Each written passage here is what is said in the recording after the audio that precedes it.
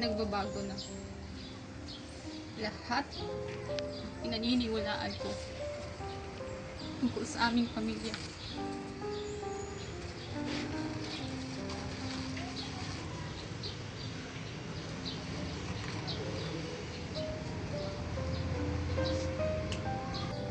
Kahit ano man ang mangyari, mananatili ako sa iyong tabi.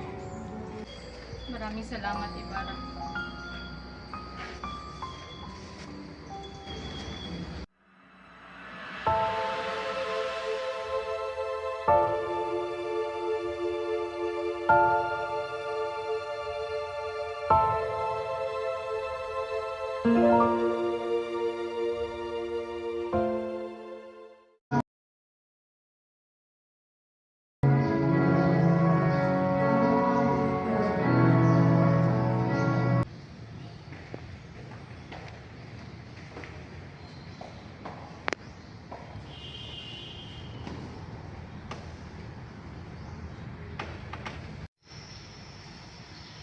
Mga mamamayan ng San Diego, marami na sa inyo ang nagiging swail at makasalanan. Ang galit na naman si Padre Damaso. Hindi namin gusto baka marinig ka. May mga kabataang nakakalang mas matalino pa sila sa simbahan dahil lamang sa kanilang pag-aaral sa ibang bansa. Padre Damaso, nais na ng mga tao ang kapayapaan. Ang kapayapaan ay nagmumula sa pagsunod. Ang mga lumalabag sa otoridad ay nagdadala ng panganib sa lipunan. Padre Damaso, hindi lahat ng nag-aaral ay nais maghimagsik. Maria Clara, kailangang matutong magpakumbaba ang mga kabataan. Huwag niyong kalimutan, ang sino mang lalaban sa simbahan ay mapaparusahan.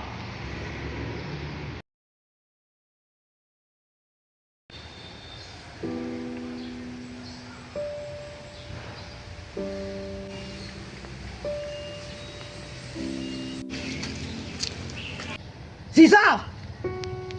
Pedro? Kami! Pedro? Manahimik ka! Kasi talo ako ngayon! Talo!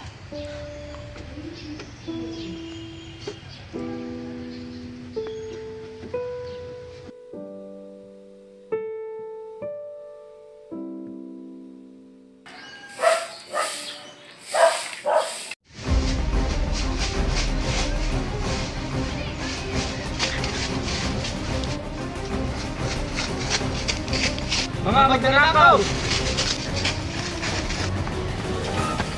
Sa iyong magnanakaw.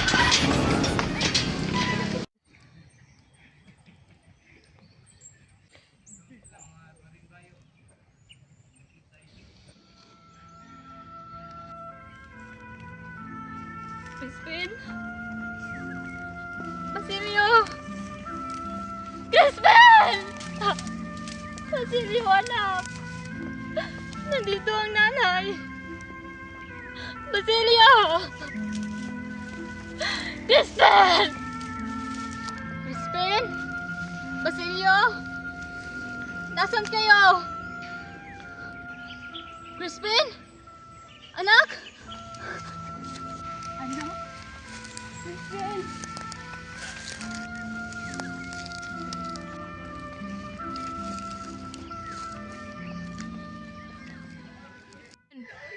Ina! Sino ka? Huwag kang lumapit.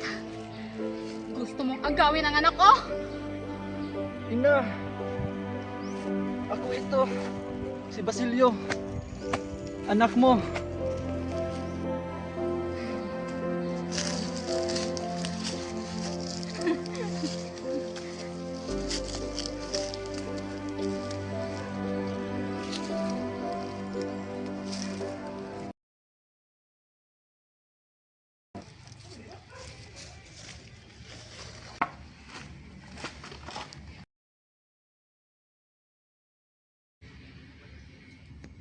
Hindi ka dapat narito, Ibarra.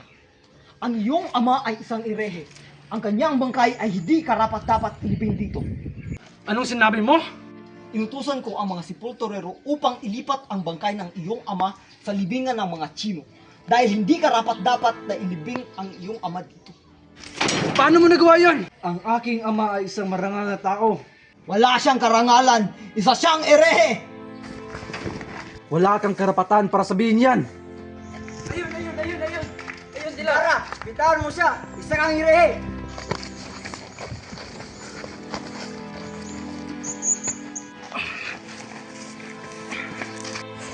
Huminahon ka, Ibarra!